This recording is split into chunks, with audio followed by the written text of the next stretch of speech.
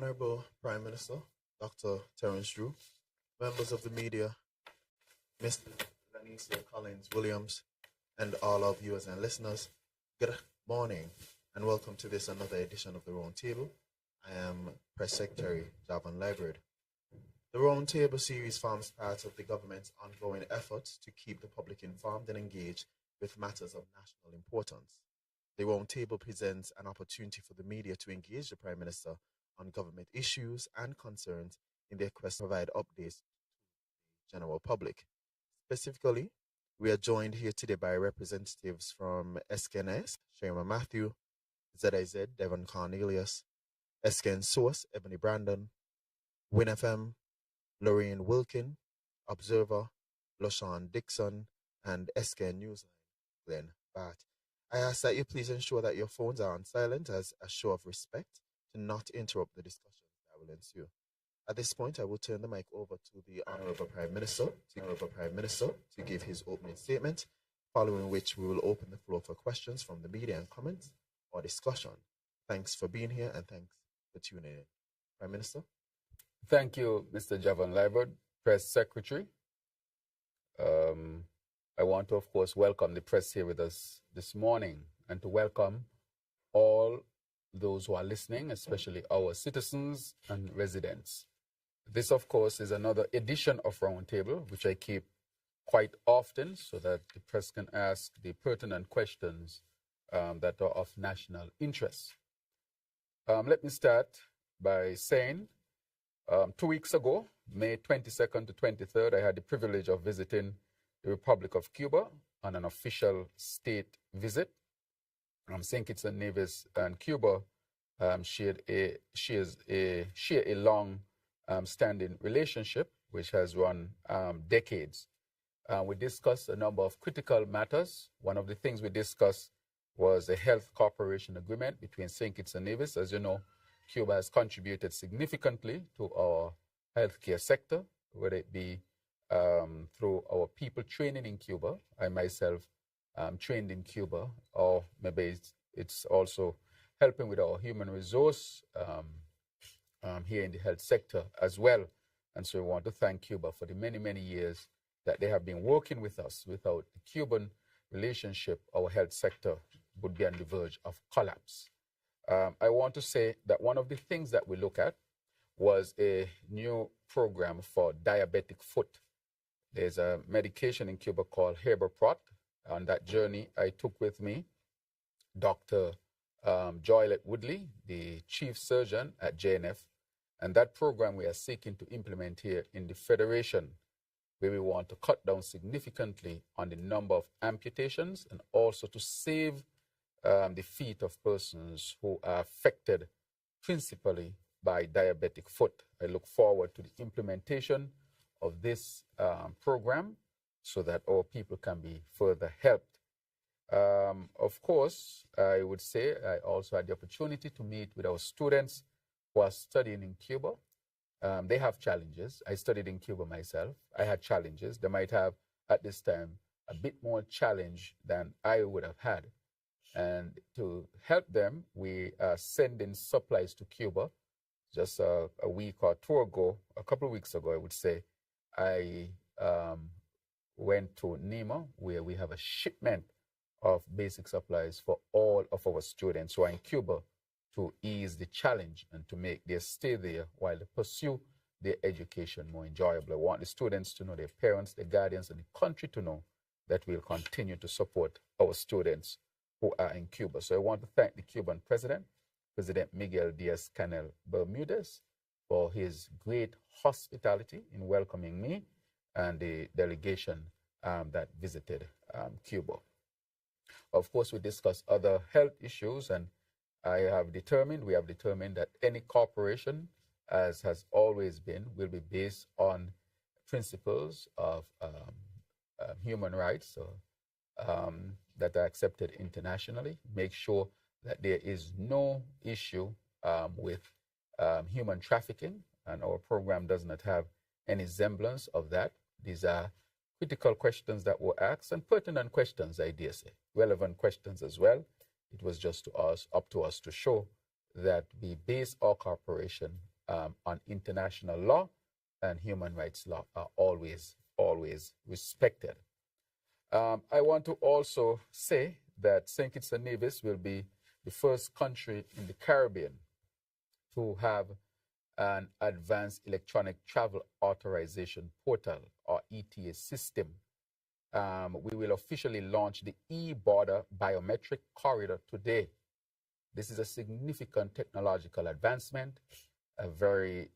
There's also advancement in terms of our border security, advancement in terms of making travel to St. Kitts and Nevis seamless. How this works is that before you travel to St. Kitts and Nevis, you'll fill out an ETA form. Presently, you have a form to fill out. We have upgraded it to a full ETA form. Once we capture all of your information, including your biodata, we'll get your passport, your picture, and so forth. We have a vetting system. So before you come into St. Kitts and Nevis, we know who you are, where you travel to. We have all of that information that the immigration officer will normally look for, but it is more detailed in the sense they give us advanced information so we can start studying who is coming to St. Kitts and Nevis. Once we would have done all of that research as you are traveling and you are deemed to be a low-risk traveler, you will walk through what we call the electronic corridor. That e-border biometric corridor, you just walk through it. It will capture your face, and with your face, it will match all of the data that we have of you in our systems, and you do not have to stop by the immigration. You just walk through the airport. So you're going to be seamless traveler. I spoke to the chief of immigration yesterday, Mr. Jeffers. We did a dry run with the American Airlines, and he said the review was a wow. They could not believe that in a country in the Caribbean, they can just walk through the airport because of advancement in technology. And we will launch that today. That is a big, big achievement for our country. This is part of developing a sustainable island state. This is part of becoming the most advanced country technologically in the region. We are on track, and we will continue to make sure that we advance. This comes, of course, on the heels where you are now able to pay your taxes online. Comes on the heels where you can now renew your driver's license online. We are now moving to the point where you can pay all government fees online. We are moving to get rid of stamps. So when you apply for a passport, you don't have to buy any stamps. You will be able to just pay online, show up with your receipt, and collect your passport. So we are advancing. We are also advancing with our national ID. That ID is a heavy undertaking that we are doing with the Republic of China, Taiwan, with technical, of course, support and assistance from the Tony Blair Institute. As you know, Tony Blair was here visiting with me some months ago, and this is one of the things. So St. Kitts is on track to become technologically advanced. And when you travel into St. Kitts, you just walk through the airport if you're deemed low risk. If we capture your data and we find that you're high risk, of course, if you come, we can deny you entry, so you don't even take the flight. But if you come, we can take the immediate measures. And this, of course, will help to strengthen all of our systems here in St. Kitts and Nevis. And for this, I'm immensely proud. I want to really thank Travisory, which is a company out of Switzerland that is doing this with us. It costs us nothing. We will share the revenue from what we will collect. It is free for our people. It is free for OECS and CARICOM because, of course, we are supporting intra-regional travel. But for those from outside the region, they will pay a fee for the authorization for the ETA. And that revenue will be shared between the company and St. Kitts and Nevis. So all of this setting up cost us nothing, but this will be a new stream of revenue for our country. And we are very, very proud of it. St. Kitts and Nevis is definitely advancing. Over the last week, we also had the Global Sustainable Island Summit, GSIS. And this GSIS was the first time, was held here in the Caribbean. It was never held in any other country in the Caribbean. We invited the world, and the world came. And I want to thank the Honorable Dr. the Honorable Joya Clark, for her significant work in making sure that the Global Sustainable Island Summit comes to St. Kitts. I want to say that this is our thrust to become a sustainable island state. We are determined, we have said it to the world, we have demonstrated to the world that we have now the framework and the pathway, the map of how to get there. As a matter of fact, they're asking us to share it with the rest of the world so that our model can be adopted and adapted to other countries who are seeking to become sustainable states. This took us some time to do. I've been speaking about this since day one. And now we were able to present the strategy and the full scope at the GISIS. And it really was impressive. People cannot believe that such a small country was able to achieve such heights. I want to also say one of the features of the GISIS was the geothermal project on Nevis. People are impressed that the Premier and I, who are, of course, is the leader of the opposition, we are able to put aside the politics and come together on this matter of the geothermal, because this would benefit both St. Kitts and Nevis and help to transform us into energy independent islands and an independent country.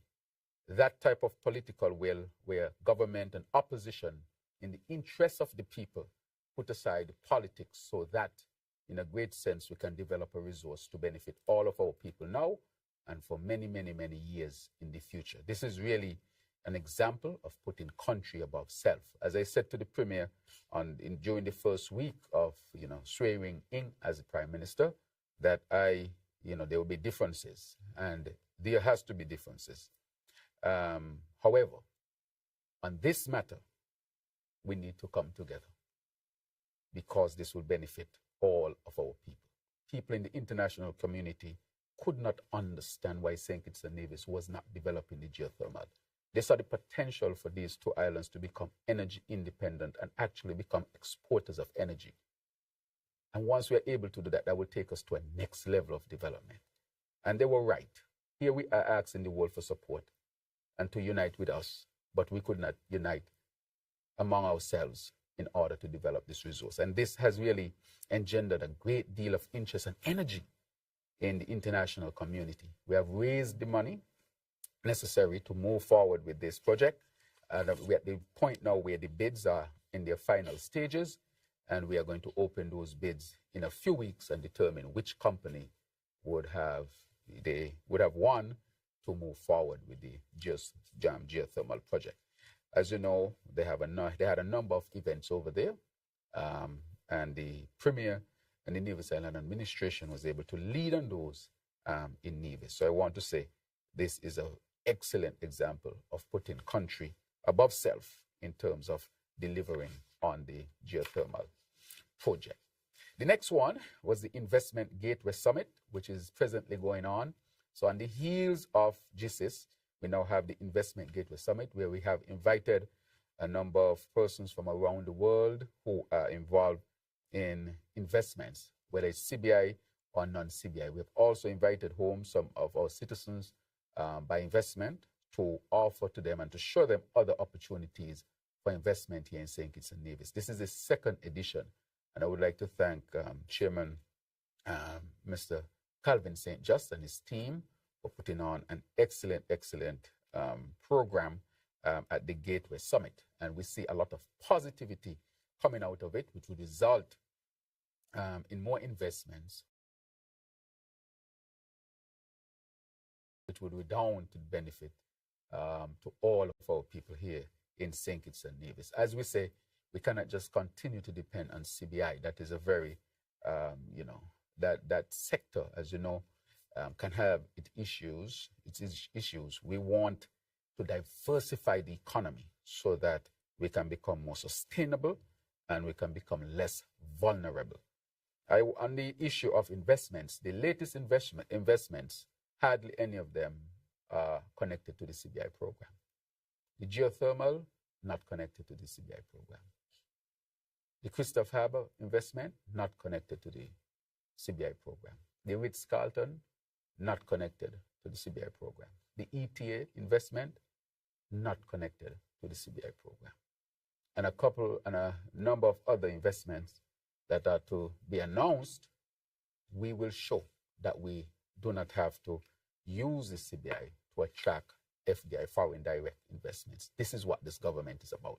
When you check the last administration, show me one foreign direct investment that was made. Show me one. If you know one, tell me about it. this administration is serious about investments and to diversify our portfolio so that we don't have all of our eggs in one basket. All of our eggs were in one basket, the CBI basket. And I have said from the beginning how insecure that sector can be, because many of the things that happens around it, these things are not solely dependent on us here in St. Kitts and Nevis. The geopolitics and other things come into play. But I want to say that I'm very proud that we strengthened our CBI program. And while we strengthen it, and it is one stream of investments, we have sought investments in other areas. But let me add, in terms of public sector investment, we will see the hospital starting this year. We will see the Bastia High School starting this year. The desalination plant, which I just visited, it's impressive. I encourage the press to visit the desalination plant, the one that is right here at the industrial site area. It is impressive. And I spoke to the engineers and the minister with responsibility. I want to thank him for his work. The Honorable Congress Maynard, he has pointed out that we expect water in August. You should go. It's really impressive. That is your country having this tremendous investment taking place. We want to bring water to St. Kitts and Nevis. In the last administration, nothing was done to secure us with water. How can you run a country if you don't have water? After air is water in terms of importance for human life. And if you have shortage of water, a lot of other things will be affected directly and indirectly. From health to development to advancement. You cannot do it without water. And any government that can't deliver water to its people is a failed government. I want to also say that I visited the Kim Collins Stadium this morning as well. And it's basically completed. The track is complete. I think you all should go there and see it. It's complete now. And I want to really thank the minister responsible for sports, the Honorable Samuel Duggins, for his tremendous work. He came under heavy fire. Heavy fire. Can you imagine he came under heavy fire correcting something that was not done? Now that this track is complete, next talking point. So I want to congratulate the Honorable Samuel Duggins on such a tremendous feat. The other thing I want to speak to with respect to investments is to speak to the fact of the large agricultural program which involves the pepper program from Tabasco. That is going extremely well. We are going to have 100 acres under production, and we are going to go back into large-scale farming. We will mix the farming there. One, will produce the peppers and the mash to ship overseas, which will bring foreign exchange. And secondly, we will also mix it with growing a lot of different types of food for our local consumption. And we are looking at regional markets such as, St. Martin and so forth, where we can export some of our produce. So in all fronts, we are pushing education, healthcare, energy, water, agriculture, and of course the financial services. So we are seeking to build a diversified economy which would be much more resilient and much more sustainable, and to make sure that our people have the basics so that they can continue to live out their lives. One of the things that I will really touch on today is the matter of the Christophe Harbour. Let me start by saying it's unfortunate that the former Prime Minister would go on radio, say he gave a national address. He's not even the leader of the opposition, out of order, and lie to the people. Just lie to the people. I heard him spoke about Christophe Harbour. Could not believe he could have gone to that next low, where the information is easily verified. So I will go through, and then we'll have a chance to ask questions, but I want to take my time on it. So I ask for your indulgence. In there was an agreement. Let's start with Christophe Harbour. First of all, Christophe Harbour is located on the Southeast Peninsula. The government of St. Kitts and Nevis owns no land and never did on the Southeast Peninsula. I want to make that clear. I'm going to say it again. At no point did the government own any land at the Southeast Peninsula. When the sugar cane lands were taken in the 1970s and paid for in the 1980s, the Southeast Peninsula was not included. I want to say that again. The Southeast Peninsula was not included. Hence, the land at the Southeast Peninsula was all private land. Private land. So I want to say that because there's some talk about government selling out land and so forth. I just want to make it clear that the government owned no land on the Southeast Peninsula. If it did, very, very little.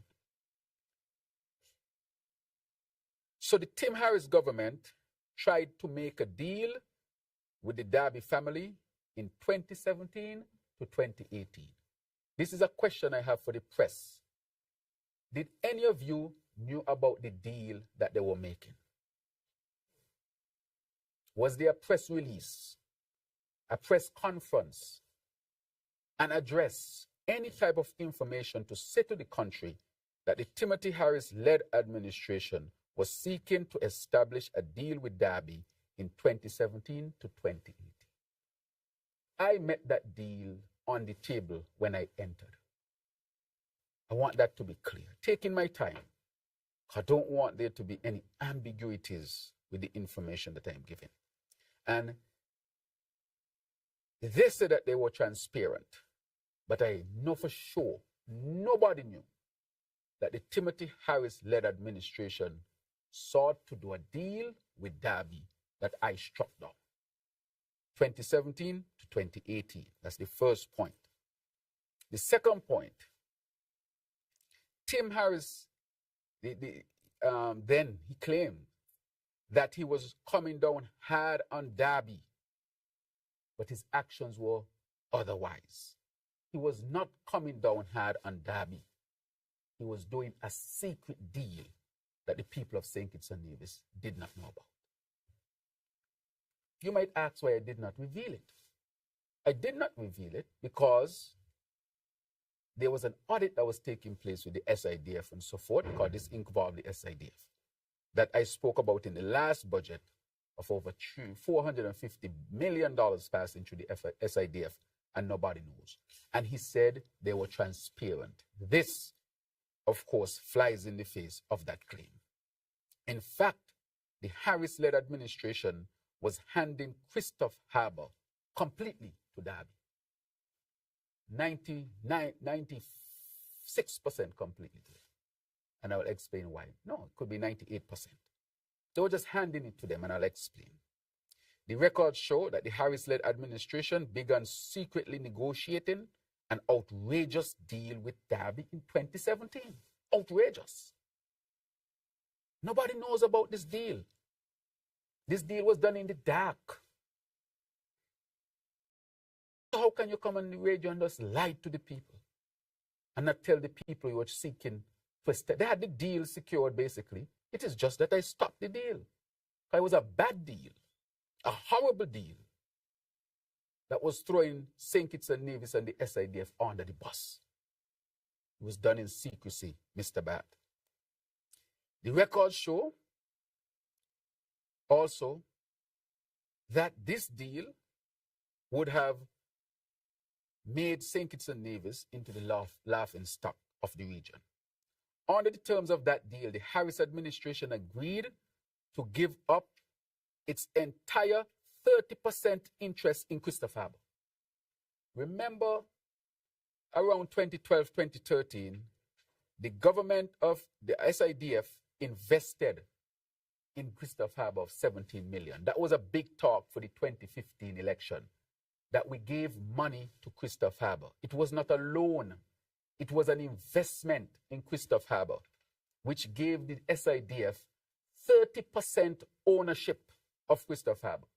That would be the most significant ownership of any asset that the government of St. Kitts and Nevis would have had in the Southeast Peninsula, basically in its history.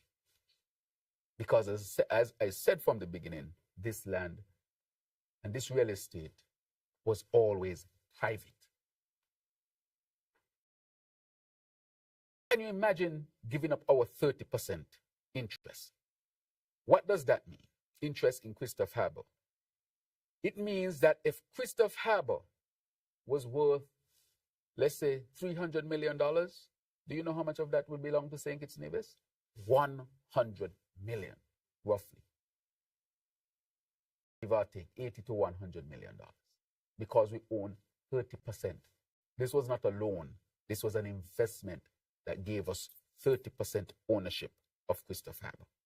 However, in this deal that Timothy Harris was seeking to do in 2017-2018 was to turn over all of the ownership to Christophe Harbour. Here, what was the carve out? I'm going to break it down slowly. They did, so he was making this deal with Derby on 35 acres. How much is 35 acres of 2,500 acres? We can do the maths. Remember, if there are 2,500 acres, we own 30% of that.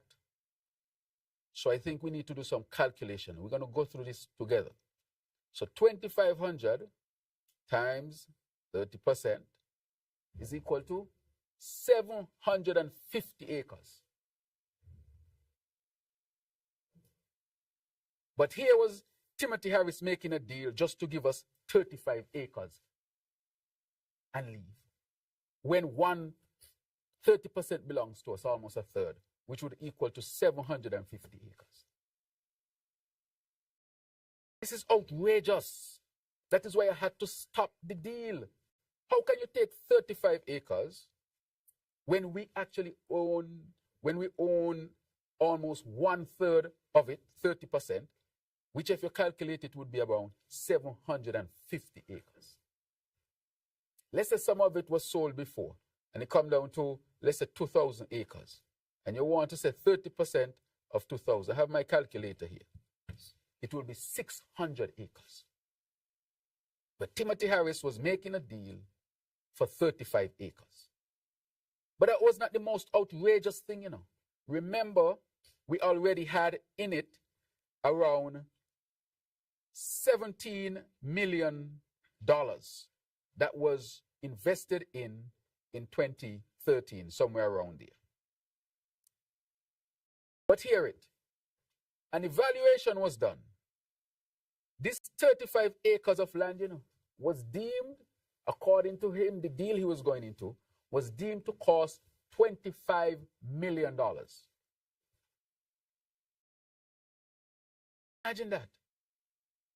You have an investment for 30% in there, which will give you access, if we say 2,000 acres of land, 600 acres of land. And you're making a deal for 35 acres of land. What percentage of 600 is 35? Let's go to the calculator.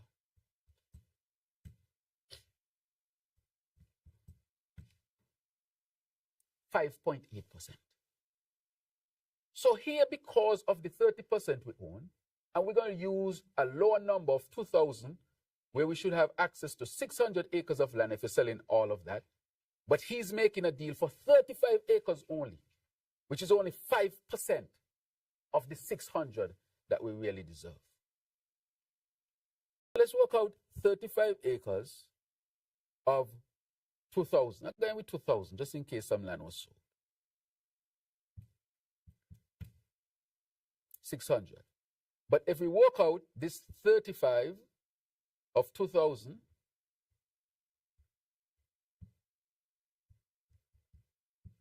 .75%. Timothy Harris was entering into a deal with Derby for 1.75% of all of the Christophe Harbour land. Can you imagine that? and then come to the people saying he was being hard on Derby. When I saw this deal, I said to the team, I cannot accept that. This is outrageous. This is throwing St. Kitts and Nevis and the SIDF under the bus. Where you're getting 1.75% of the total amount that you have already invested for. This is no handout. So how can you make a deal with that? I think this deal was illegal. Can't make a deal like this unless there's corruption. But 35 acres, but that is not even the end of it. This is how they calculate it. They said that 35 acres would be worth 25 million US dollars. So guess how the SIDF would pay for it?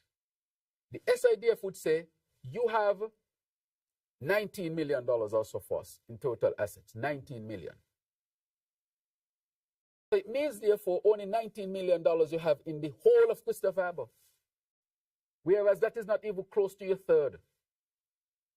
And then on top of that, Timothy Harris made the deal to pay Derby $6.1 million for the 35 acres. And he had already paid him $2.1 million US dollars. So you own 30% of the property. And now you're only being offered 35% of the property, which is 1.75% of the total property. And only 5% of how much you would have really gotten had there been 2,000 acres left.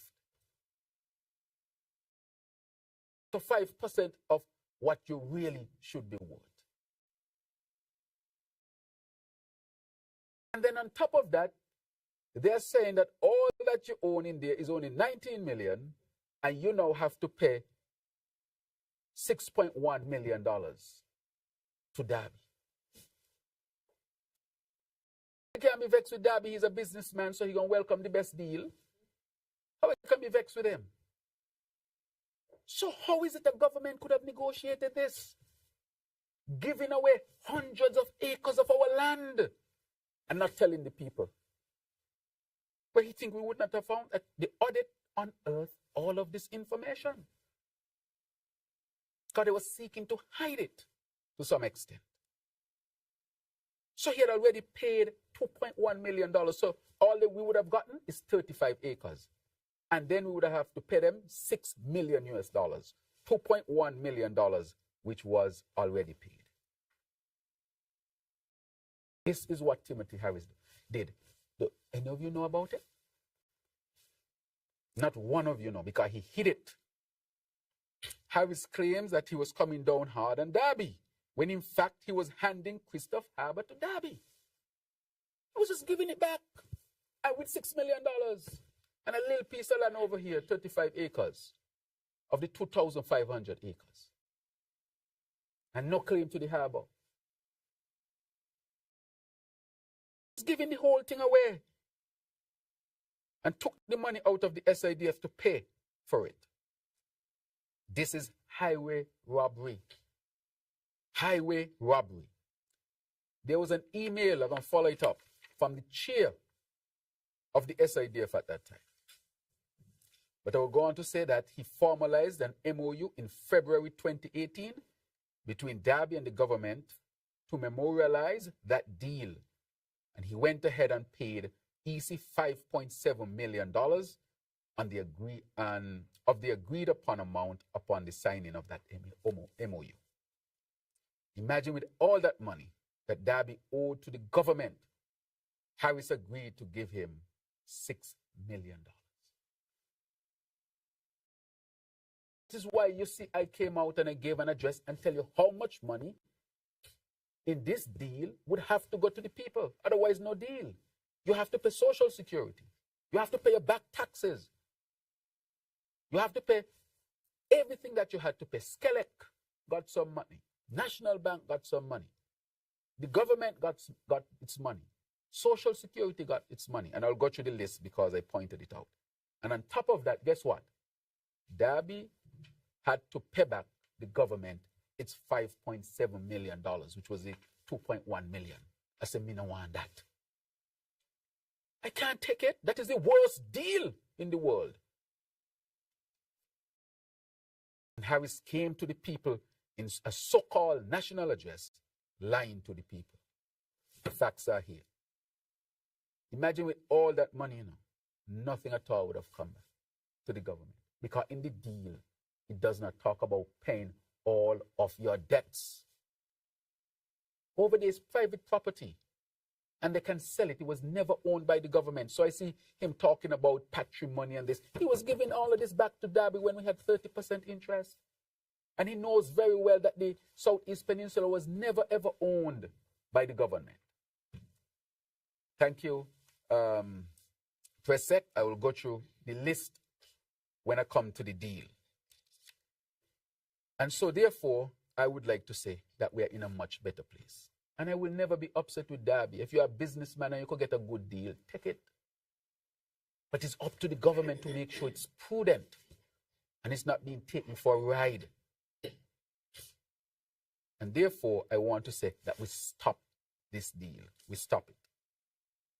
And so, in this new deal, one, we said we will not go through with that deal. Two, Christophe Harbour, of course, is a private entity. The government has, the SIDF has 30%, and it's pursuing its private venture. Again, none of the land on the Southeast ever belonged to the government. This was always private land. And this was bought by a company called Safe Harbor Marinas. Safe Harbor Marinas is a well-established company. It is one of the largest, if not the largest, marina operator in the world, with over 135 marinas that are home to more than 40,000 members' boats. This deal is going to make St. Kitts and Nevis. We're going up into the premier of harbors around the world. Our yachting sector will become a thriving sector, producing jobs upon jobs in all areas. This is an excellent company coming to St. Kitts and Nevis, one of the best in class. The other thing I would like to say is that with Safe Harbor, of course, together with Safe Harbor, Puerto Rico Delray, the Caribbean's largest marina, and Safe Harbor, San Juan Safe Harbor Marinas now offers over 1,000 slips in the Caribbean. So this, together with them, we are going to do that. Safe Harbor Marinas is excited to make St. Kitts a yachting hub in the Caribbean. They are confident that connecting St. Kitts to their existing stock of customers will lead to a steep change in utilization and activity during the upcoming yachting season that begins in November. That is how quickly we are moving. I didn't talk about, because again, you know me by now, I don't talk about things until the ink is dry. That is when I normally talk about things. Safe Harbor is immediately investing in St. Kitts to expand the marina capacity. This expansion will be operational beginning in November 2025. That's how quickly they are moving. In addition to expanding the marina capacity, Safe Harbor will add desalination plant to make sure that there's 24/7 water, and this will supply all of their fresh water that they need. And this is expected to be completed in November 2025. So they will not be straining our water resource here in St. Kitts and Nevis. Tremendous, tremendous. The marina will be led and operated by a team of Kittitian employees. It's part of the deal. We want our people in there.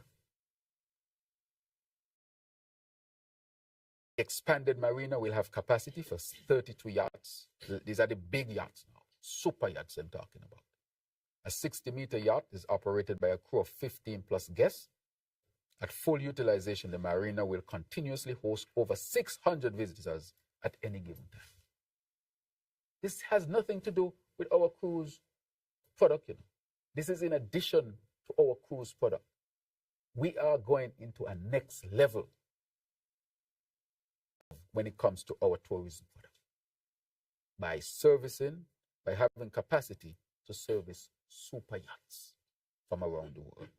We're in a different club.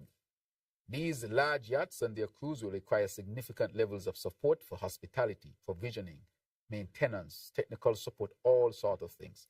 Safe Harbor looks forward to working with the people of St. Kitts and Nevis to develop the capabilities required to support the growth of the yachting industry within St. Kitts. So we have a cruise industry, and we are launching once and for all our yachting industry to be second to none in this region. And this will start in November as well. This is exciting news. And because they know that this is an excellent deal, they're trying to throw water on it. Because again, look at the last administration the Harris led. Show me a foreign direct investment that helps to help to transform St. Kitts and Nevis. Show me one. It's going to provide jobs, opportunity, revenue for our country. And in addition to that, because we just launched our ETA, they will have a seamless entry, seamless and safe entry into St. Kitts and Nevis, all coming together to make us a premier destination across the region. This is vision. And I want to thank the team in Cabinet, all those who have worked tremendously hard. I want to thank Her Excellency, Hadia Claxton, Special Envoy, for her tremendous work on this one. Because this is an American company of high repute. And she's a well-recognized lawyer in the United States, Harvard graduate. Went to school here in St. Kitts and Nevis, who is giving back to her country. Do you know how much it would cost to get somebody like her to work on a deal like this in the United States of America? We can't pay her. But she has been contributing because this is a contribution to development of a country. You know how much jobs this is going to provide? When Safe Harbor starts to advertise, already St. Kitts and Nevis is in the magazine of the super yachts. We never enter into the magazine of the super yachts. That alone going to result in indirect benefits because the name of St. Kitts and Nevis will be elevated immediately. Where is the super yacht destination in St. Kitts in the Caribbean? St. Kitts and Nevis. Competing with St. Bart's, St. Martin, and the other yachting destinations in the region. This is a whole different industry, a game changer. And Harris wants to come throw water on this. Out of order. And the thing that hurts most is that he lied to the people. He was giving away all of this. So with all of this, guess what happened? In the deal, we said to no deal until St. Kitts Christopher Harbour pays back all of its debt. Under the Harris deal, instead of Christopher Harbour paying back their debt, guess what? Under the Harris deal, SIDF was paying Christopher Harbour $6.1 million US. $6.1 million US is how much easy? Maybe roughly 18 million easy? Roughly 18 million? Paying them back 18 million easy, while instead of paying out 18 million EC dollars, we are taking in 25 million EC dollars to settle all debts. This is how you negotiate. Negotiate because guess what? I don't take nothing. Nobody could give me nothing under the table, you know. The only thing on the table for me is my foot them. Tell me how you're going to deal with the people fear. That is what I'm saying. Deal with the people in a fair manner. So this is what we came up with. For Social Security will get $4.5 million.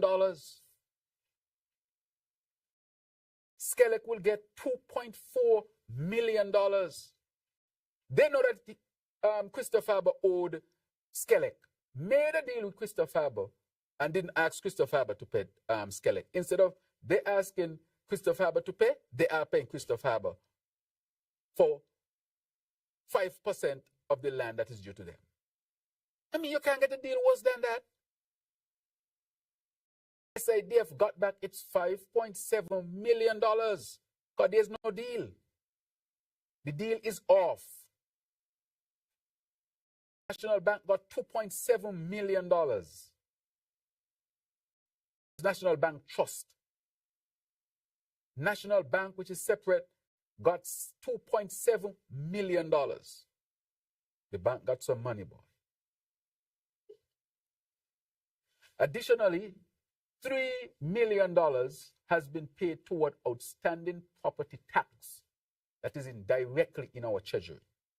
$3 million. So $3 million directly into our treasury for property tax. Have to pay your taxes. At no point in Harris' deal did they ask him to pay his taxes.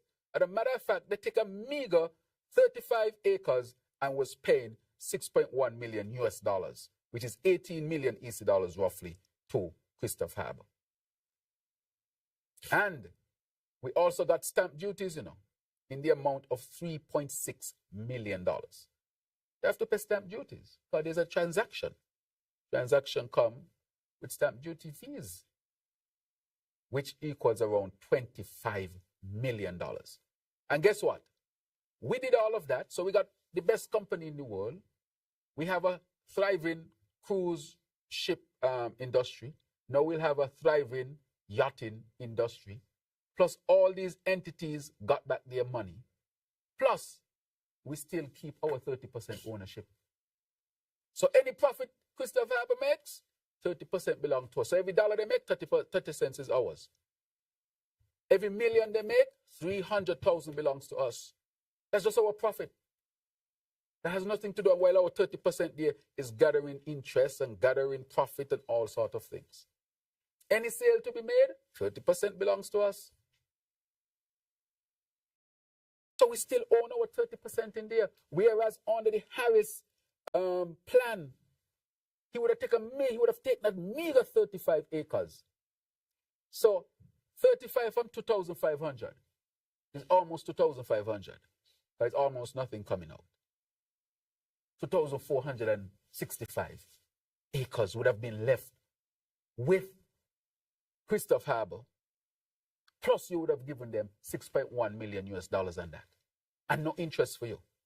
No profit for you. And you would have lost all your 30%. And guess what? They would still owe Social Security, still owe SCELEC, still owe SIDF, still owe National Bank Trust, still owe National Bank, still owe for property tax arrears. So that is why I say, why would he come to the people and blatantly mislead the people? Blatantly. I have the email here that was sent. I can read the email. I'm not reading it.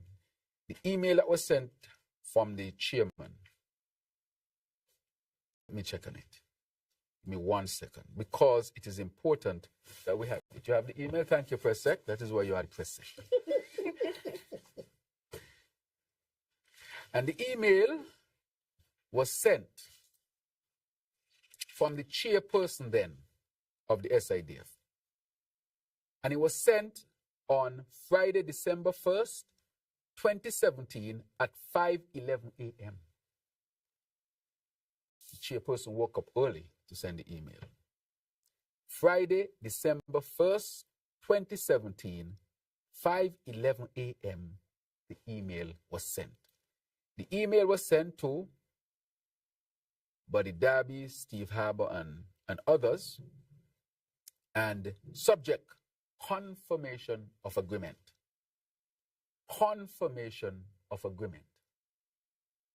Hear what it says. Dear Buddy, this is what the audit revealed when we did it. Dear Buddy, I refer to our meeting today, and I am pleased that the SIDF has agreed to receive from Darby and our KH Christophe Harbour 35 acres at Cardinal Point in return for consideration to the value of US $25 million. The said value to be made up as follows. USD, $5.1 million, that's US dollars, on the execution of the agreement. US $3.9 million on closing. But of course, you know, I did not close this.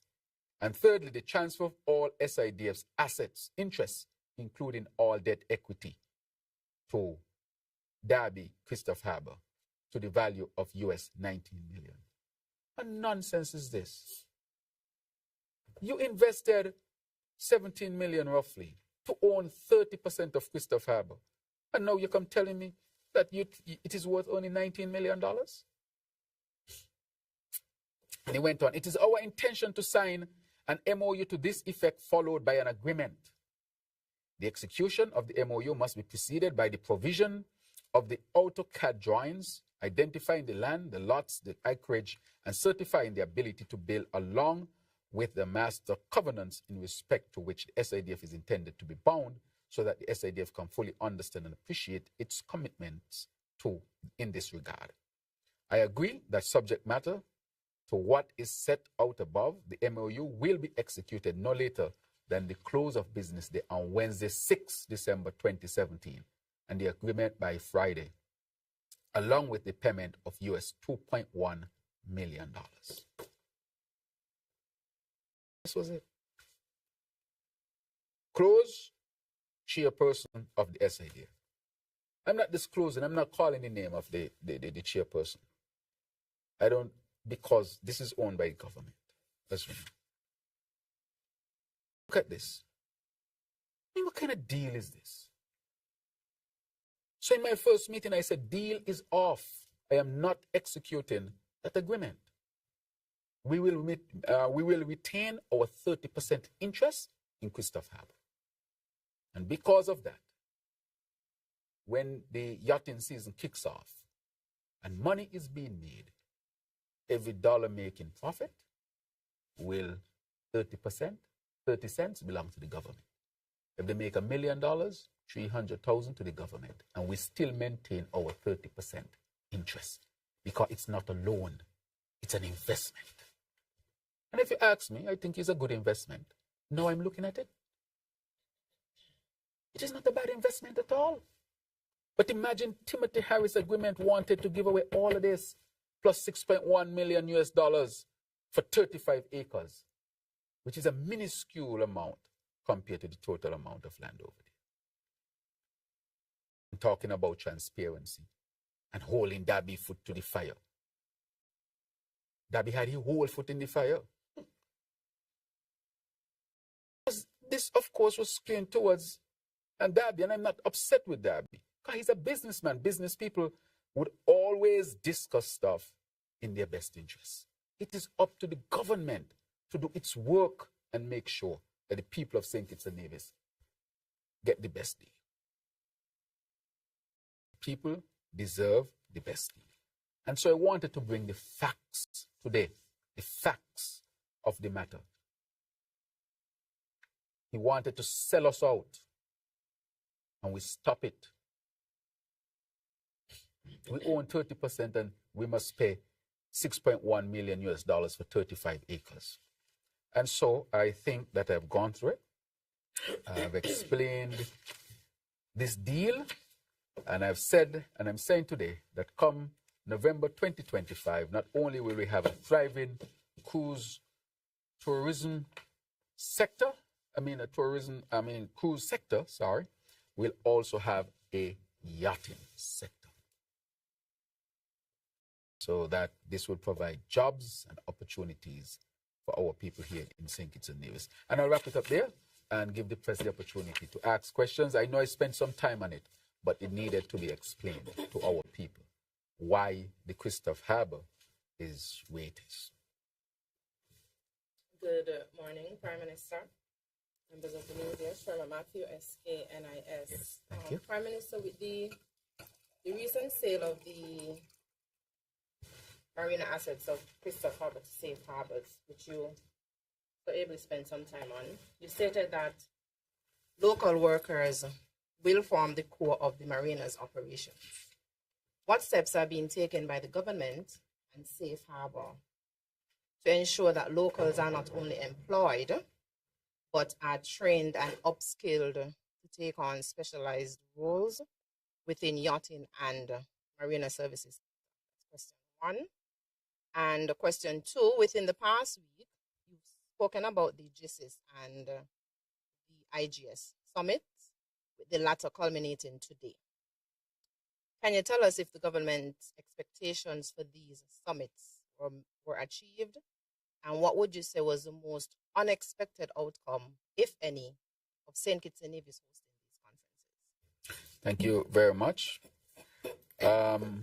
With respect to the Safe Harbor, of course, discussions are ongoing with Safe Harbor. Safe Harbor is now a partner, and we have certain principles on which we will operate, one being to make sure that our people can get opportunities for employment and jobs and so forth on all levels. And so that is a work in progress. And I will update the people as we go along. But this will provide jobs in all aspects and all areas of Christopher Harbour while Safe Harbour is operating. Just let me point out that part of the deal is that Christopher Harbour now has to go back to full operation. So Salt Plage and all these amenities that were around, they will kick back in. That is part of the deal, so that Christopher Harbour once again becomes lively and to really accommodate this new. They recognize that water was a problem, so part of the deal was to have a desalination plant over there. So I will say that is ongoing, and you'll see a number of things as we set out the plan by Safe Harbour of how we are going to tackle it. So listen out, within the next week or two, there will be some announcements being made with respect to where we'll go. But I'm saying to all people to get ready, because there will be opportunities for them on different levels. With respect to the summit, there were definitely some unexpected things. For example, on the end of the geothermal, persons have come forward who wants to invest in the geothermal, who we did not expect. I think that, of course, is a tremendous achievement, so that we can have other investors who are coming on board to invest to develop this. I think that was a significant step forward with respect. So we are seeing people who are not traditional investors in St. Kitts and Nevis coming forward to invest. And I will safely say that none of these are premised on CBI. None of them is premised on CBI. And so I want to say that the summit have really engendered a lot of goodwill in investors to invest in St. Kitts and Nevis. Sure. If you can go again to the issue of the sale of the marina at Christopher Harbour.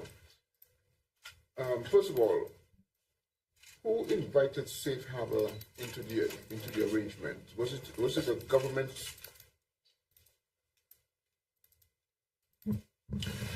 Okay.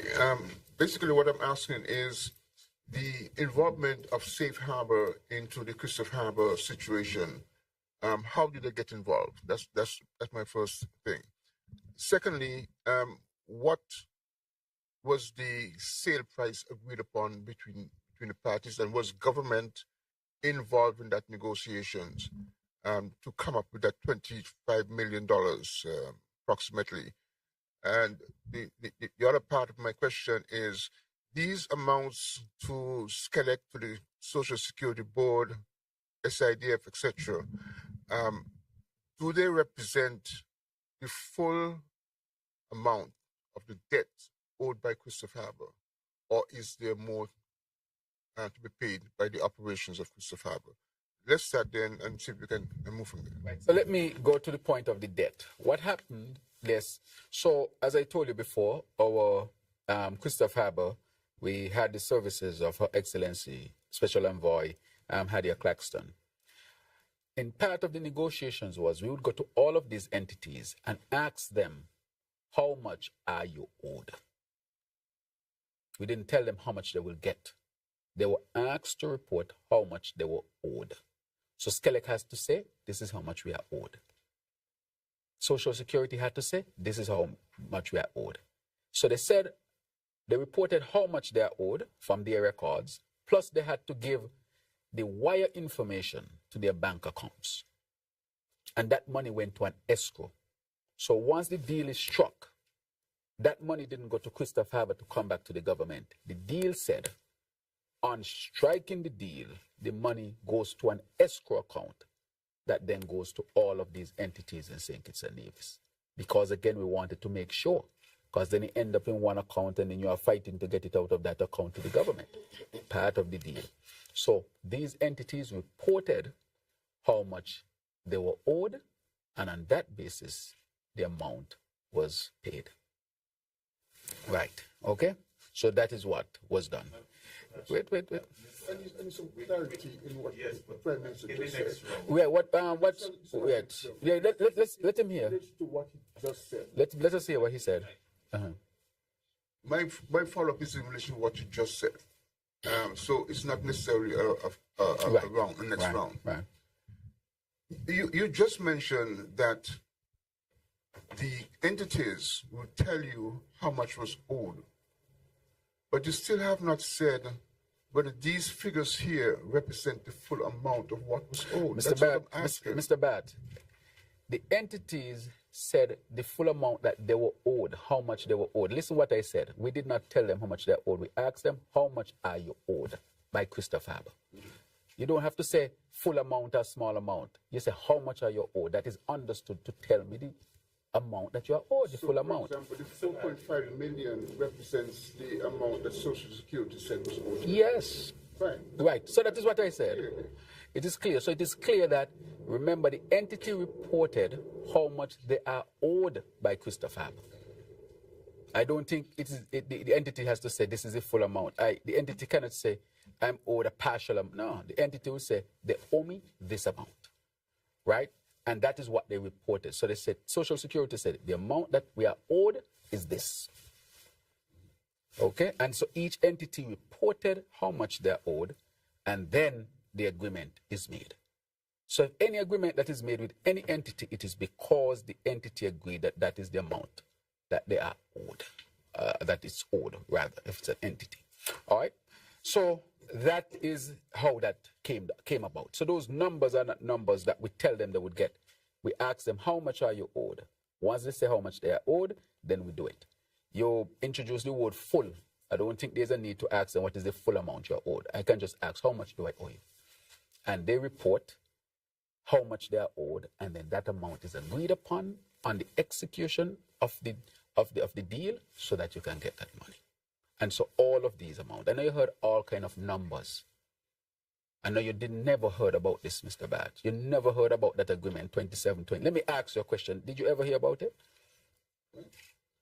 No, I can say I did not hear Okay, about good. So that. let me answer However, the others. You didn't hear about it. So it's fair. Yes. You ask me questions and I ask you, we're dialoguing, Yes. and I let you go on and your let's questions. stand up and Wait, debate then. no, wait. So now I'm going to answer the rest of your questions. I wanted to hear from you because you say you never heard about it. You never heard about it because Harris hid it. He hid it from the people and he hid it from you. You did not know this. Wait, hold on. You asked about a couple other things with respect to the sale of Christopher Harbour and who made the approach. Let me tell you what is happening in the investment world. A lot of people are approaching from one direction or the other and say, look, we are interested in this property. The government has its interest. The government has its interest. Even if the government did not own 30%, any large property to be sold in St. Kitts and Nevis, with respect to our development, we can have a say. With respect, what we can't do is try to own what we don't own. That is a whole different matter.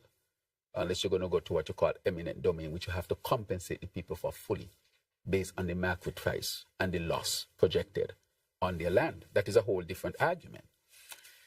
And so once they came forward, because we had multiple people came forward, we would investigate them and see, which one looks most credible, which one you can have that conversation. Because a lot of people come forward. That is why when you're in government, you have to be so careful in terms of who you would engage. You will never get it perfect. There are some people who would look shiny and everything checks out and it can go bad. But you at least have to make sure that you start off on a good foot.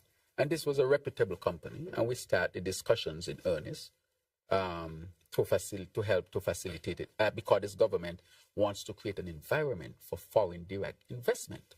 That is what any government should do. Create the environment for foreign direct investment, because if a country does not have foreign direct investment, it cannot survive properly in this world. Look at America, seeking to get all the foreign direct investment, and they're the largest economy in the world. And they want all the investments to come to America. You hear the Saudis investing, the Qataris investing, the Emiratis investing. Well, I want them to invest here too. Why not? We have an environment for investments. They are welcome to invest in St. Kitts and Nevis. Everybody else around the world is investing. So we were intimately involved with respect to that. Even though this is a private sale. This is a private sale that was taking place, but we want to make sure that when private people come to the table, we create the enabling environment for them to be able to conduct their business, their private business, and to never, ever leave our country out of out on a limb or not getting the best opportunity for its advancement and development. So this is a private sale that took place. However, we insisted that any debt owed must be paid. The entities must be made whole with respect. And to answer your question again, the amount that we got in terms of how much go to each entity was the amount the entity reported was owed to it. That's the bottom line. So that that is clear. Now, with respect to other aspect of it, because of where the deal is and where it is finalizing, as I said, there's more information to be had with respect to everything that is taking place.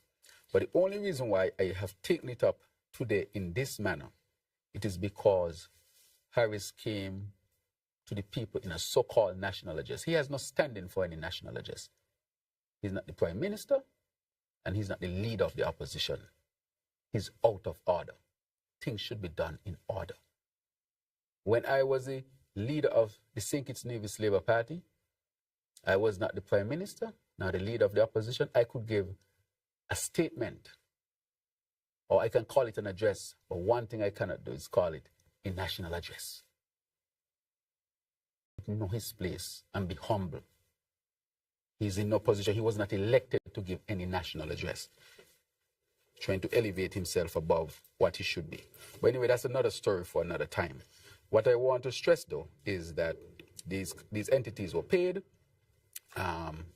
We entered into discussions, as we enter into discussions with many people, making sure that what happens in St. Kitts and Nevis, the government is aware, and other aspects of the finalization and so forth will become known to the people of St. Kitts and Nevis. And this is how transparent I am. A whole deal happened in 2017, 2018. $2.1 million US passed from the SIDF to Christophe Harbour in a deal worth $25 million and a mere 35 acres of the 600 acres at least you should own because you had 30% in there. You would lose your 30%, pay them $6.1 million and walk away and leave Christophe Harbour completely. It's giving away kind of thing. That is what it was. And so we have shut down that. The entities have gotten their money and we own 30% of Christophe Harbour, which means when the profits coming in start to come in, we're not only going to benefit from the jobs, and which are critically important, and the taxes and so forth, and fees and so forth, we will also share in the profit. We own 30% of it. I mean, this is what you call. So any sale to take place, we're at the table. This is private land, we know that. But we own 30%, we have 30% interest in this. So if you sell any, just make sure our 30% is in our bank account. So on the strike of the deal, our 30% go on this way, or the agreed amount. But what we agreed to is to make sure Christophe Harbour comes back. So some of that money, which we own as well, will go into open up salt plage, jobs again. All the amenities like the shops and so forth, going to open back up and so forth. Jobs again and jobs again for our people at Christophe. So Christophe Harbour now would have the life that he had before, plus a thriving yachting sector. So we look forward to those developments. Good morning, Mr. Prime Minister. Yes. Sean Dixon, St. Kitts Nevis Observer. The Caribbean Infrastructure Development Corporation is advertising as the approved public benefactor of the St. Kitts Airport Expansion Project. However, no official communication has been made to the public about this partnership. Could you clarify the nature of the relationship with the government and CIDC, and the total cost of the airport expansion, the value or percentage of shares offered under the CBI program, and how this arrangement differs from the prison project that you previously opposed. Also, going back to the marina sale, were there any concessions granted to Safe Harbor? And can your administration make the full details of the sale agreement public, and further details including tax breaks or incentives if they were extended to Safe Harbor? Right. So Listen to the question you asked. I know somebody sent that question because it's heavily loaded. I can tell you. And that's okay if they sent the question for you to ask. You would know that Christopher Harbour comes under a special agreement that preceded me, of course, that was in fact intact under the Harris administration. As a matter of fact, Harris not only kept it in place, Harris was giving Christopher Harbour totally back to Derby, which is a double whammy without the pain of all the things that I spoke about. All of the tax concessions, all of those, that arrangement was under the original agreement that was made with the Derby family. And that is bound by law. So if any concessions, all of that preceded me.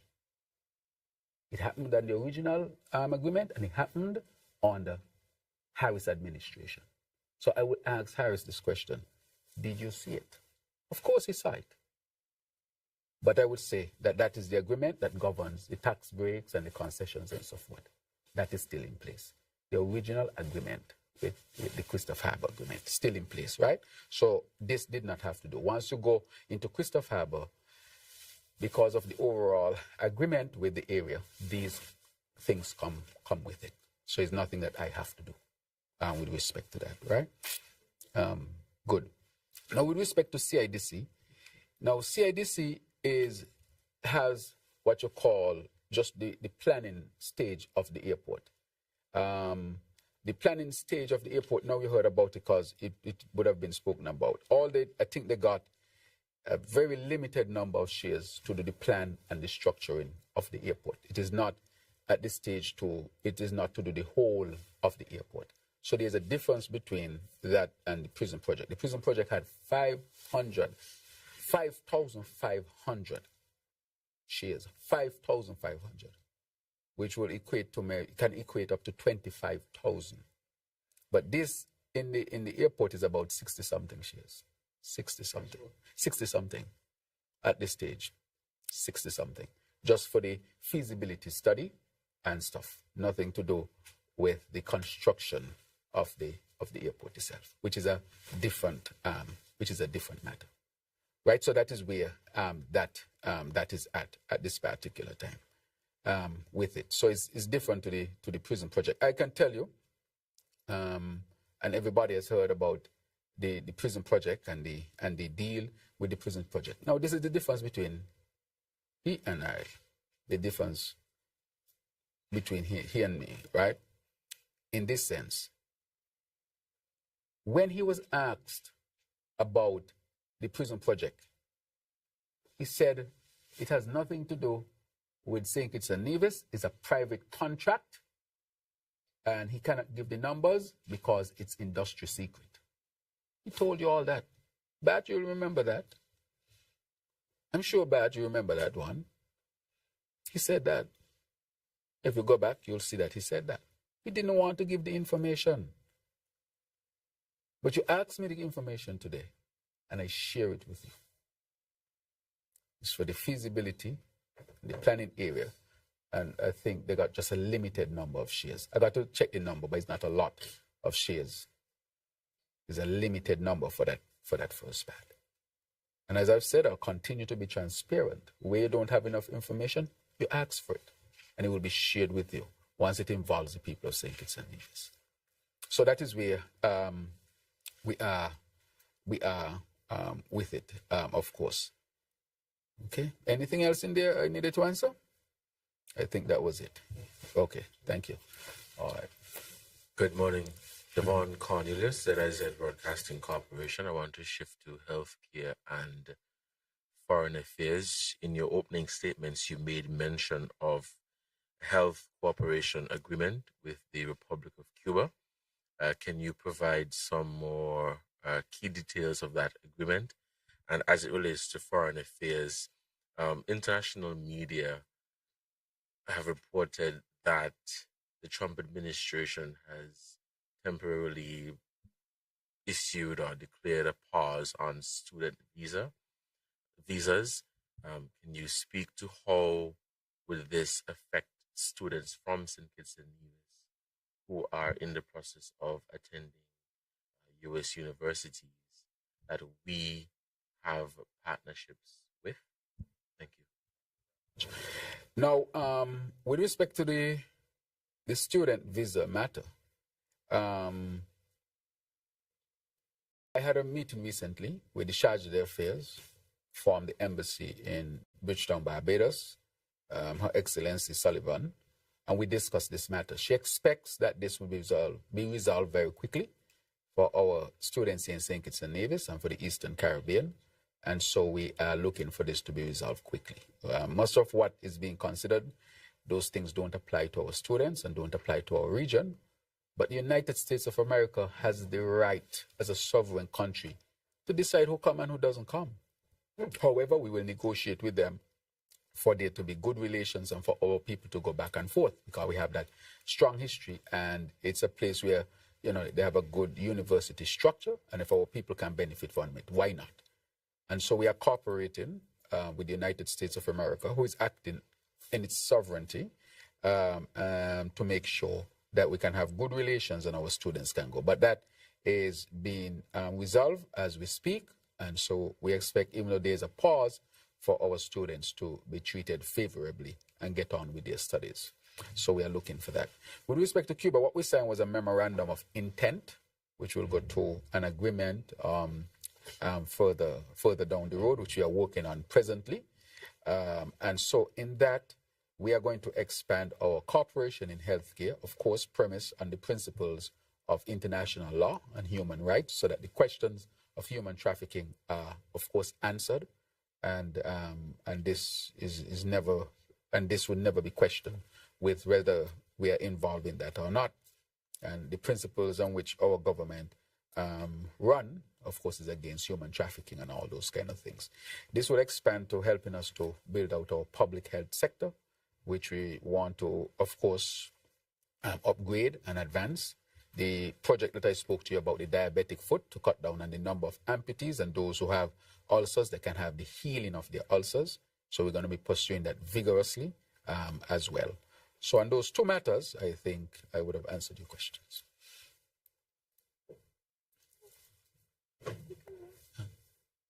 Yes.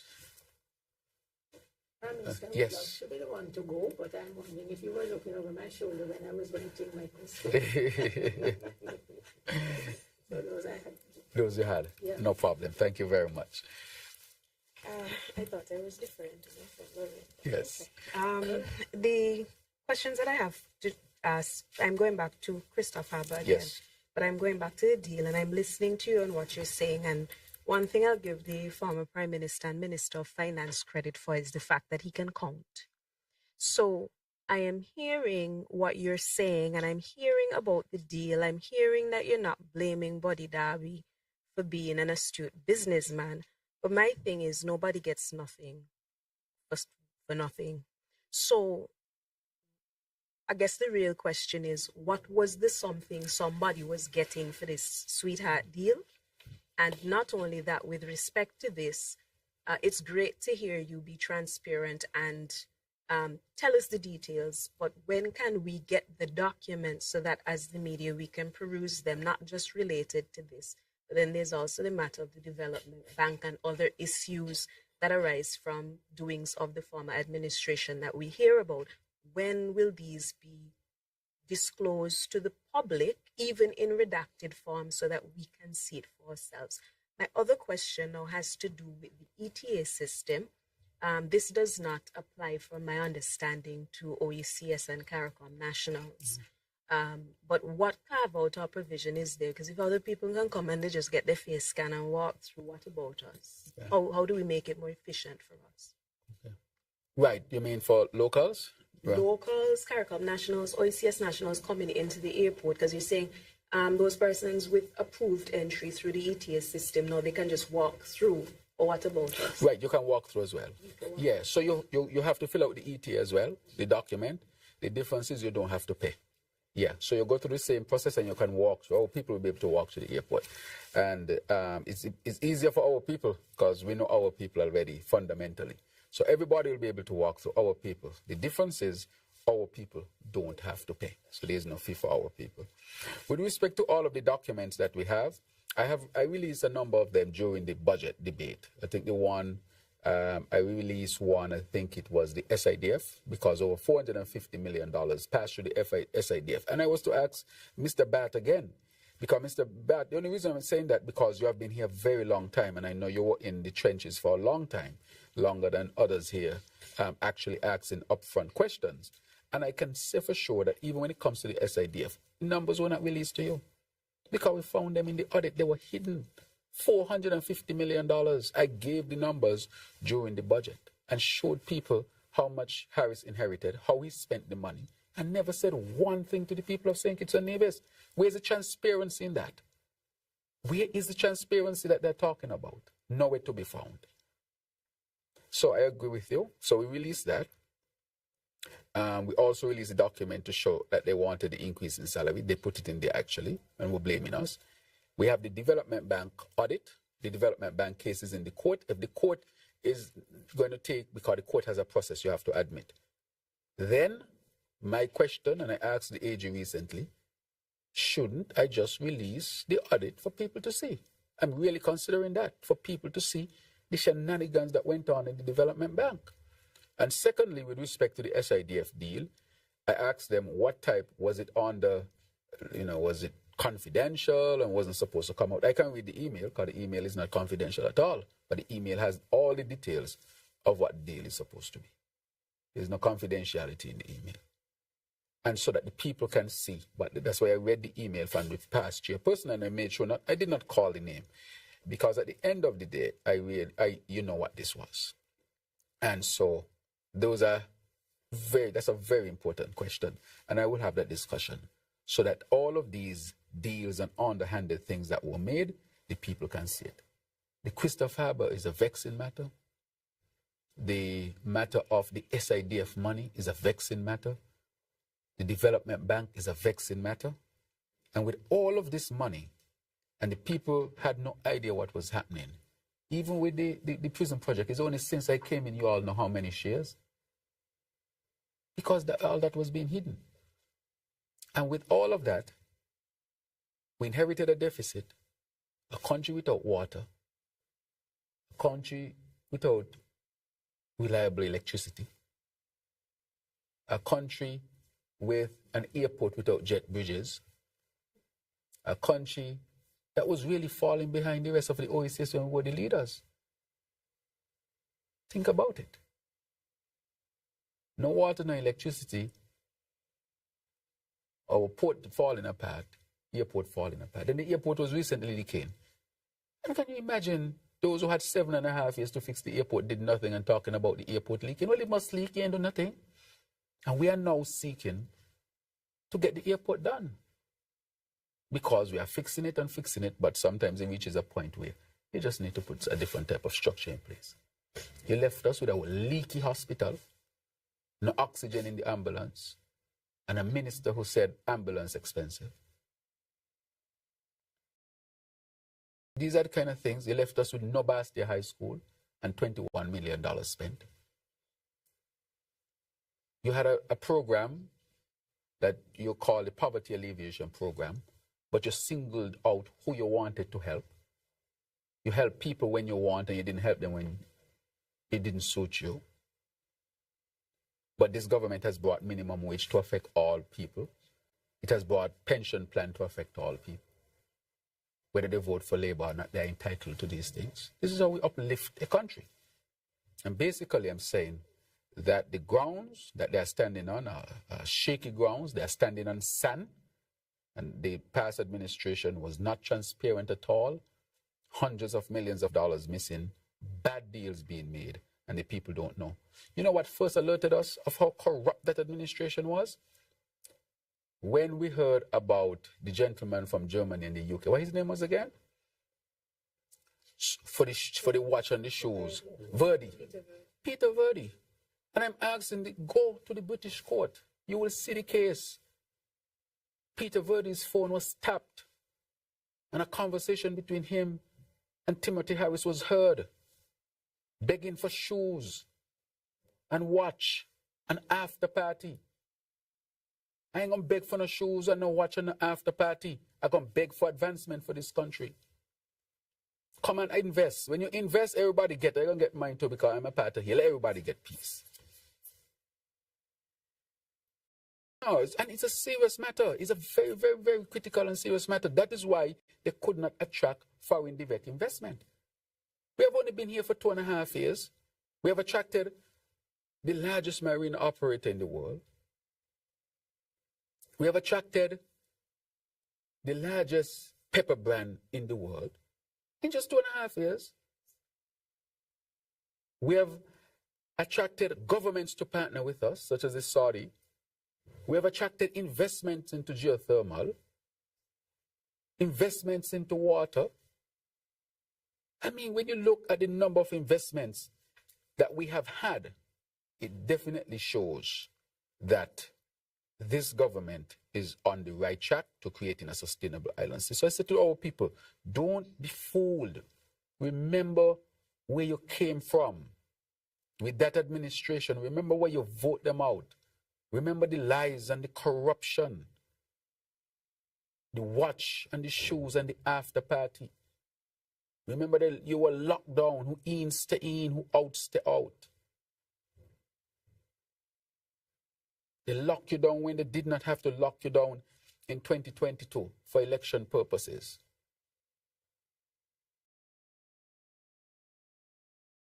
Remember those things, and they have not changed. The talk have changed because they want to get into office.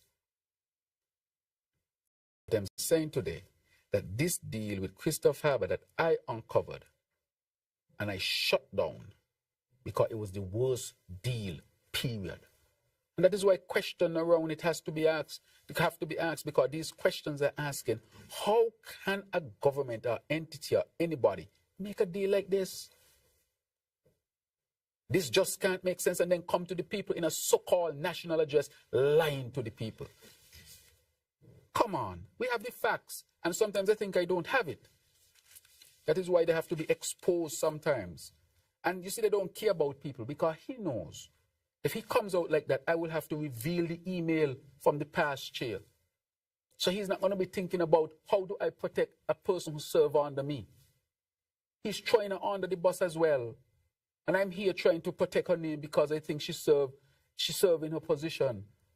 But this, of course, had to be run by the administration. Imagine people come to serve and you could tangle up the name in all sorts of things. And when you have the opportunity to say, look, you know, you serve with me, as far as I can protect your name because you serve with good intention, I will. He doesn't care because he knows if he talks about it, I will come forward and reveal the information, including emails that were written in the interest or in the name of SIDF. But he doesn't care. And it is sad, just like the stem cell, just like the herpes. Prime Minister, I want to stick with the Christopher Harbour sale. In your comments this morning, you spoke on several points with regards to the agreement. Now, having gone through the negotiations in which this $25 million was obtained on behalf of the outstanding debts, and understanding that Christopher Harbour now needs to get operationalized and to employ people and get productive, were there any components of the previous agreement? You spoke about original agreement. Are we talking about one original agreement or a second original agreement? Because there was an agreement under the previous Labour administration headed by Dr. Denzel Douglas. Upheld by the Timothy Harris administration. And then Dr. Harris's administration came in. Right. So did they replace that original agreement? No. I'm not talking about the original agreement. The original agreement is intact. I'm talking about the agreement with respect to SIDF and Christopher Harbour. That is the agreement I'm talking about. I understand now. Right. All right. So what responsibilities now is the existing Christopher Harbour, the revived Christopher Harbour, what will they be responsible for doing under that particular project? Right. You mean the present one with Safe Harbour? No, not Safe Harbour. The original one? you have the safe harbor for the marina Yes. investors, and you still have the Christopher Harbour Right, operation, the overall, right, The overall, of which right. we are party to it, right. In which Yes. Mr. Darby is still involved. Yes, yes. So, what is Christopher Harbour now responsible for? For example, there was in the original agreement we heard talk about a golf course. Two more. There was supposed to be 3 hotels built over there. We have only had 1 hotel. So I'm trying to figure out now what is the commitment of Christopher Harbour to that project. Right. So the commitment to Christopher Harbour remains intact. And from our end, we are going to insist that Christopher Harbour carries out what is supposed to be done. I'm very serious about that. That property has the potential to transform St. Kitts and Nevis significantly.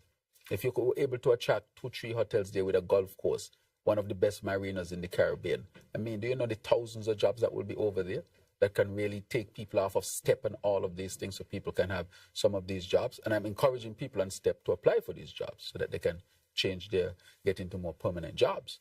That is why I'm doing this, so that people don't have to depend on STEP and these type of things.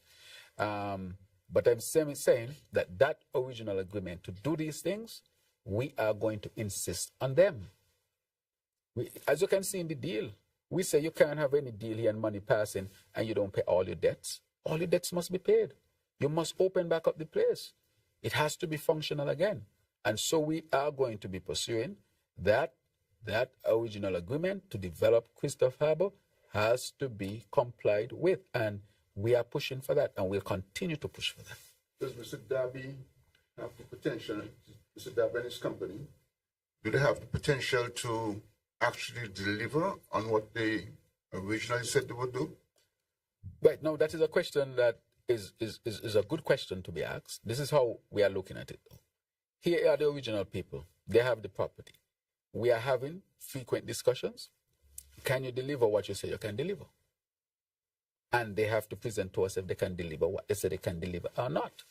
Because as I've said, a lot of people have come forward to entertain discussions, but there is an agreement. We'll respect the law, but one of the things, we'll also respect the law to the extent, can you fulfill the agreement that is there? It is for others to judge out there whether they can deliver or not. We want the facts as to whether you can deliver or not. So that those discussions are being had as well.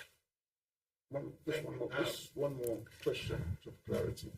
So, in the event that Mr. Darby and his corporation cannot deliver, what can the government do then in terms of getting that project forward? Otherwise, we basically will be held ransom to this particular investor. Right. It's like any other investment agreement. If you can't fulfill your part, there have to be serious discussions around that. Right? That is what I would say. This part where we did with Safe Harbor and so forth is our efforts as well to make sure that Christopher Harbour can fulfill its mandate, what it's supposed to fulfill. You're asking, if they cannot fulfill, what will be the measure? Just like any other, can you fulfill what you are supposed to fulfill? And I'm saying to you that those discussions are taking place as we speak as well. Okay, Prime Minister, the government's Sustainable Island State agenda was prominently showcased during both GISIS and IGS. As we look forward to the 2040 vision, what specific mechanisms are in place to ensure that local communities, not just international partners, remain actively engaged and benefit meaningfully from the milestones and opportunities that this agenda creates? Excellent question. As you can see, when the Sustainable Island State is premised on 7 pillars. And if you look at those 7 pillars, you can see where they are, such as healthcare, food security, and so forth. When you go to the healthcare sector and social protection, those are basically all about our people. New hospital, training for nurses, training for doctors, upscaling what we have. Our people are benefiting directly. And we are encouraging our people to invest in these sectors to actually help us. For example, Dr. Clark just opened a new MRI, which, we facilitated with duty-free and so forth, so that an MRI, besides what the government will launch in this year, would be functioning. We have also facilitated another doctor who is now pursuing major development in the healthcare sector. as well. So those are just some examples of where we want our people to definitely be involved in the transformation, healthcare in this particular case. If you look at the area of energy, even though we are entertaining international partners, look at geothermal, for example. Geothermal, even though we are having investors, is owned by us. And so the profits to be derived would be profits that we own. So that those profits will benefit our people. Our people will get jobs and so forth, but also the profits to come from that project will also be enjoyed by our people. So we want to be owners as well. We want to be leaders in the various industry. I just gave those few examples to show that as we go from sector to sector, we want our people to be involved. Of course, we think to fully build it out, it has to be of collaboration with international partners, meaning government to government, government to NGOs and other entities, and with the private sector, both locally and internationally as well. So everyone is to play a part in the development of the sustainable island state. Prime Minister, just one very short question from me to wrap up, and it has to do with healthcare. Your administration is working to ensure that healthcare becomes more accessible, which is commendable, but what are we doing to ensure that it becomes more affordable? Some of the technologies that are being introduced at the hospital, MRI, CT, these sorts of things, some of them come with an upfront cost, and not everybody can afford health insurance. So the question is, national health insurance, where are we on that? When can we see some motion in that direction? Because it's one thing to have things accessible, but we have to make sure that everybody can afford it. Mm-hmm. Right. Excellent question.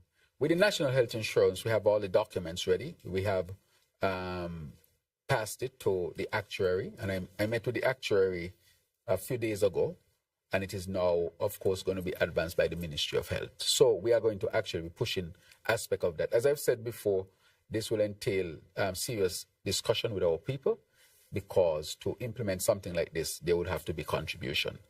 And so our people have to be involved in it. But in terms of that work to be done, a lot of it has been done, and we'll come forward with it. But presently, even with the technology that we have, for example, with the CT scan that we have, the CT scan cost is now cheaper than the CT scan that was at the hospital before. Even though the CT scan now is, of course, much more advanced than the one that we had before. So that is a way in which our people can enjoy more access through affordability, where we tend to make the cost of these things as affordable as possible. We have also done so with the dialysis, where we have helped to lower the cost as well for our people. And, we have other aspects of healthcare, for example, the clinics who see the chronic disease and elderly for free, the children and the Children's Medical Fund, which takes care of children who have to go away for life-saving medical intervention and surgeries. So I would say that presently, even where things are, our people still have access, but to make it universal and to bring more justice to the sector, we need universal healthcare. National health insurance has to be an aspect to that as well, and we are pursuing that. Yes. Right.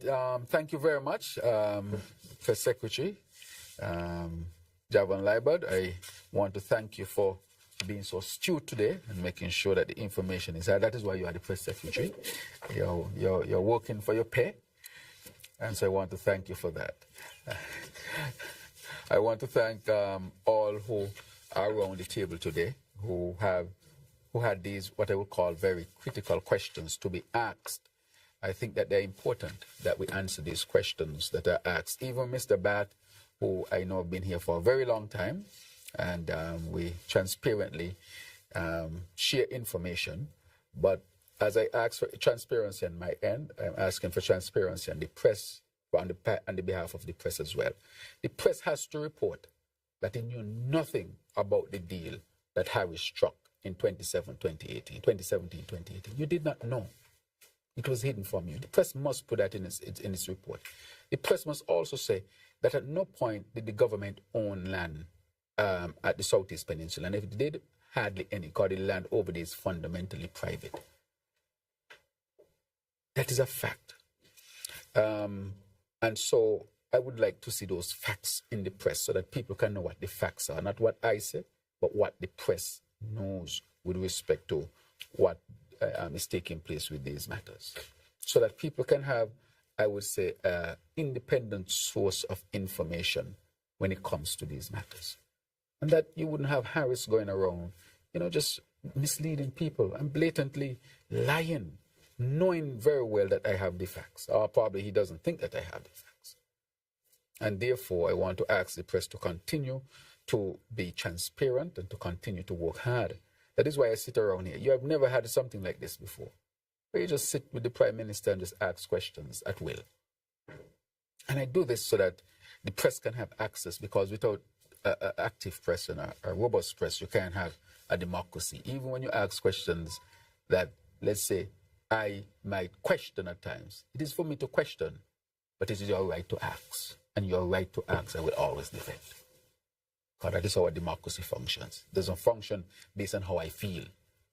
It is to function on principles. And the press, having a free press and a press being able to ask the leader questions in the interest of the public, must always be kept intact and must be protected by the leader of the country. And so I protect your right to ask your questions irrespective. And so I'm asking for that. As you know, we covered a lot of things today. I want to say to our people that we are on our way to developing a sustainable island state. This afternoon, we are going to head to the airport where we'll be launching our ETA, our E-corridor, so to speak, where we'll see people just walking through the airport. Not because we are not prudent, but because we are so prudent with technology as well, that we have a system that allows, first in the Caribbean. That is a great achievement, and we all should celebrate it as a people. The deal with the Christopher Harbour to attract an American company like Safe Harbor to St. Kitts and Nevis speaks well of the government, the administration, speaks well of our people, and speaks well to where we want to go as a country. To attract these companies who are willing to invest in St. Kitts and Nevis, because I said from the beginning, we'll create the environment so that investors can feel comfortable investing in St. Kitts and Nevis. And when they invest, and there's partnership between government, people, and investors, that is a good formula for continued advancement and development. And so I want to wrap up by saying, but I'll continue to be transparent. Any questions to be asked, I'm available so that the people can have the information. You are the people of this country. This belongs to you, not me. You have only given me permission to manage it. I understand that very, very well. I'll be here for a while, and then for another while, I will not be here. But while I'm here, I'll make sure that you have access to me and access to the information. So I want to thank you for joining us this afternoon on another edition of this roundtable. God bless you. Thank you. Thank you. All right.